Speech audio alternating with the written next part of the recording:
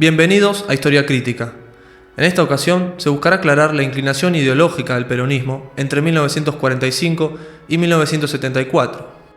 Se hablará de lo que fue el peronismo mientras su líder lo dirigía, por lo que no se abordarán las posteriores interpretaciones del peronismo, de Carlos Menem en los 90 y Néstor Kirchner en los 2000. A continuación, veremos rápidamente en qué se justifican las visiones que posicionan al peronismo a izquierda o a derecha, para luego dar una síntesis de lo que en mi humilde opinión fue la posición política de Perón. La visión que lo suele llamar de izquierda o socialista populista se justifica en el aumento del rol del Estado en la economía y la sociedad argentina. Critican las numerosas estatizaciones realizadas durante el primer gobierno de Perón, como también critican la idea de la justicia social brindada por el Estado. Entre 1946 y 1951, Perón desplegó un paquete de medidas llamado Primer Plan Quinquenal.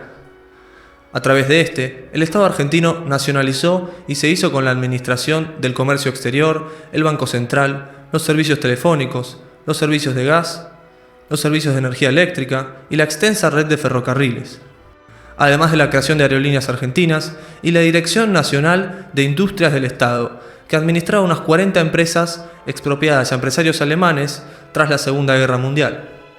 Todo esto acompañado del fomento de la industria a través de protecciones arancelarias y políticas de crédito desde el Estado hacia ciertos sectores de la economía. Hay que notificar también la fuerte creación de obra pública con la construcción de 350.000 viviendas, cientos de escuelas y unidades sanitarias, y la extensión de la red cloacal y de agua corriente, entre otras cosas. Está claro que para Perón, el Estado debía cumplir un rol activo en el gobierno, y así lo demostró en todas sus presidencias. Por otro lado, Perón, y más que nada durante su exilio, dio señales dignas de un líder socialista. Por citar rápidos ejemplos, la carta que escribió por la muerte del Che Guevara en octubre de 1967, donde expresaba: «Su muerte me desgarra el alma, porque era uno de los nuestros, quizás el mejor. Un ejemplo de conducta, desprendimiento, espíritu de sacrificio, renunciamiento. Las revoluciones socialistas se tienen que realizar, que cada uno haga la suya, no importa el sello que tenga». El peronismo, consecuente con su tradición y con su lucha, como movimiento nacional, popular y revolucionario, rinde su homenaje emocionado al idealista, al revolucionario, al comandante Ernesto Che Guevara. Firmado Juan Domingo Perón, Madrid, 24 de octubre de 1967. O la carta que le envió a Mao Zedong en 1965, donde expresaba: «Desde este difícil exilio, aprovecho la magnífica oportunidad que brinda el viaje de los jóvenes dirigentes peronistas, invitados por usted, para hacerle llegar mi saludo más fraternal y amistoso. Las expresiones de nuestra admiración hacia usted, su gobierno y su partido. Su pensamiento y su palabra de maestro revolucionario ha calado hondo en el alma de los pueblos que luchan por liberarse». Esto es un ejemplo de cómo Perón podía acercarse a la izquierda y hasta por momentos parecer un socialista más. Sin embargo, sus acciones en el tercer gobierno de 1973 desmentirían todos sus dichos y aproximaciones para con el socialismo. Es así que esta visión se basa en el fuerte estatismo de los gobiernos peronistas y sobre todo el primero. Además, también se apoyan ciertos guiños y halagos circunstanciales que Perón realizó en su exilio a la corriente socialista de su movimiento. Del otro lado, se encuentran los que ven al peronismo como un movimiento fascista o de ultraderecha. Estos analistas se basan en algunas similitudes de Perón con el gobierno de Benito Mussolini y en el recibimiento de nazis tras la Segunda Guerra Mundial, como también en las alianzas con el sector más conservador de su partido durante su tercer mandato. Las semejanzas con la Italia fascista, si bien existieron, a menudo son algo exageradas o se ven superadas por las diferencias entre ambos gobiernos. Poseen semejanzas, como el fuerte personalismo, el culto a un líder paternal y el uso de los sindicatos como método para dirigir al movimiento obrero y aislarlo de las corrientes socialistas, además de la supresión de la prensa, siendo la total prohibición de la libertad en el caso del Duce y la extrema concentración de medios de Perón a través de compras o cierres de diarios. Otro argumento muy conocido es el de abrirle las puertas a cientos o miles de alemanes, criminales, tras la derrota de la Segunda Guerra Mundial. El gobierno de Perón, junto a ciertos sectores del Vaticano, les abrió las puertas a personajes siniestros, como Joseph Mengele, Adolf Eichmann, Gerhard Böhm o al Hitler croata, Ante Pavelić, entre muchos otros. Esto fue posible gracias a la gran comunidad alemana que había en Argentina en aquel momento, la misma que llenó un Luna Park en 1938 con banderas del Tercer Reich, y por supuesto, gracias al visto bueno de Perón, el Vaticano y la CIA.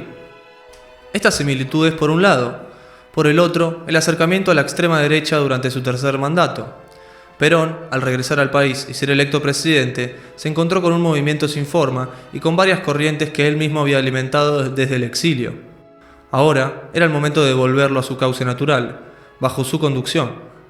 Para esto, Perón se alineó con el sector más conservador de su movimiento, le hace la derecha, y desde allí impulsó la limpieza de los socialistas que se habían infiltrado bajo el nombre de peronismo revolucionario. El día de su llegada al país, el 20 de agosto de 1973, sucedió la emboscada de Ezeiza, donde la facción de derecha, comandada por Jorge Osinde, acribilló a balazos a la columna de Montoneros, agrupación peronista de izquierda, que buscaba acercarse al palco desde donde hablaría Perón al llegar. El líder tuvo que aterrizar en otro aeropuerto, puesto que en el de Ezeiza hubo 13 muertos y más de 300 heridos. Ni Jorge Osinde ni José López Rega, responsables de la masacre, fueron despedidos de sus puestos en el Ministerio de Bienestar Social. Lo que es más, 5 días después, Perón visitó dicho ministerio como si nada hubiera pasado. Esta fue la primera toma de posición clara ante un hecho de grave violencia. Pero la violencia no terminó allí en Ezeiza. En la víspera de su muerte y a raíz del asesinato de José Ignacio Rucci, Perón, junto a López Rega, creó la AAA, la Alianza Anticomunista Argentina, la cual se dedicó a asesinar de las peores formas a 700 militantes izquierdistas e intelectuales de dicha corriente. Si bien no se sabe con exactitud hasta qué punto Perón se involucró en este ente, está claro que lo dirigía quien fue su secretario personal por más de 5 años, lo que no deja de ser significativo.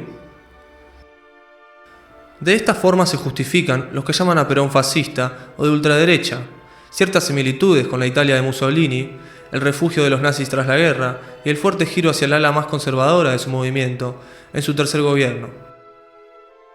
Viendo las dos visiones en perspectiva, se puede dar cuenta de que ambas tienen algo de verdadero, pero en opinión propia, ambas exageran los rasgos en los que se sostienen.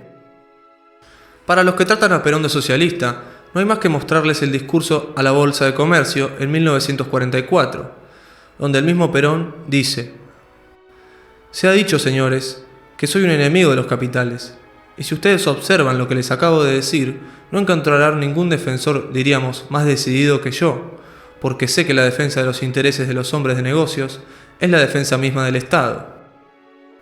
Como también la idea de la alianza de clases propuesta por Perón, donde el Estado equilibra las pugnas entre empresarios y trabajadores para que coexistan en equilibrio.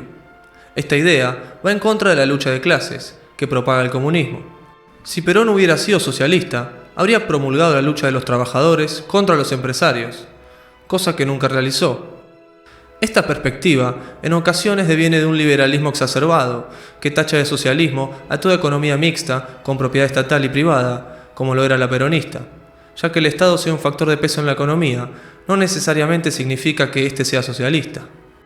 Por otro lado, los dichos de Perón en el exilio corresponden con su capacidad política para moverse entre la izquierda y la derecha según la ocasión, cosa que explicaremos más adelante.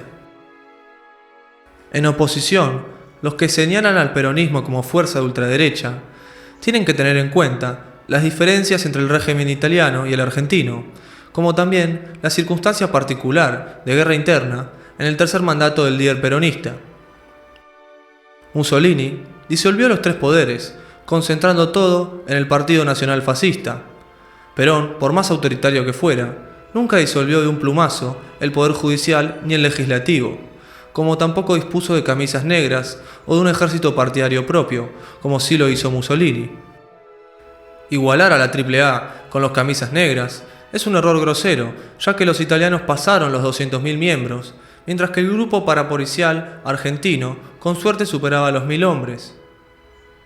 Para más, la Italia fascista tenía un componente imperialista que la llevaba a invadir países como Etiopía, Grecia o Egipto, Tal componente nunca estuvo presente en ningún gobierno peronista. Si bien puede que Perón se haya inspirado en el movimiento fascista italiano y haya adoptado algunos rasgos, como el personalismo o el sindicalismo, eso no quiere decir que haya sido un fascista de por sí. Como ya se dijo, nunca disolvió el poder judicial o el legislativo, nunca declaró el Partido Justicialista como partido único, nunca invadió país alguno y tampoco tuvo un ejército partidario propio. Lo que sí está a la vista es su preferencia para con la derecha, a la cual abrazó más que nunca en su tercer gobierno. Cosa que probablemente hizo porque ya sabía que la izquierda no respondía a su mando, sino que lo veía como un vehículo hacia la revolución. Lo que hay que entender es que Perón siempre fue cambiante en su modo de hacer política. En aquel discurso de 1944, ya citado, dijo: "De un lado me han dicho que soy nazi, de otro lado han sostenido que soy comunista. Esto me da la certidumbre verdadera de que estoy colocado en el perfecto equilibrio". Declaraciones de hace 75 años que muestran que siempre su doctrina estuvo entre los dos sistemas, el liberalismo y el comunismo, pudiendo acercarse más a un extremo o a otro según la situación lo demande. Lo importante en sí era mantenerse en el poder. De esta forma, tuvo momentos de retórica más socialista al comienzo de su gobierno, cuando desafiaba a los Estados Unidos y a la oligarquía local, para luego hacer las paces con los yanquis, debido a que el país sufría por la falta de dólares en el sector externo. Luego, en su exilio, volvió al discurso cuasi socialista y revolucionario, con motivo de fomentar a grupos extremistas para que hagan tambalear a los militares que lo mantenían alejado de Argentina. Una vez en el país, volvió a la línea de derecha y trató de dominar al ala revolucionaria del peronismo que años antes él mismo había incitado. Al no poder sumirlos bajo su mando, terminó expulsándolos de la Plaza de Mayo, del movimiento e iniciando una cacería de la mano de López Rega y la AAA. Es así como se denota el carácter cambiante del peronismo, según el contexto, pero siempre y en última instancia se inclina hacia la derecha, como ocurrió a las claras entre 1952 y 1955 y durante su tercer mandato de 1973 y 1974. Pues bien, señores, si les gustó el video, compártanlo con sus conocidos y si quieren ver más videos como este, suscríbanse a nuestro canal. Nos vemos en el próximo video.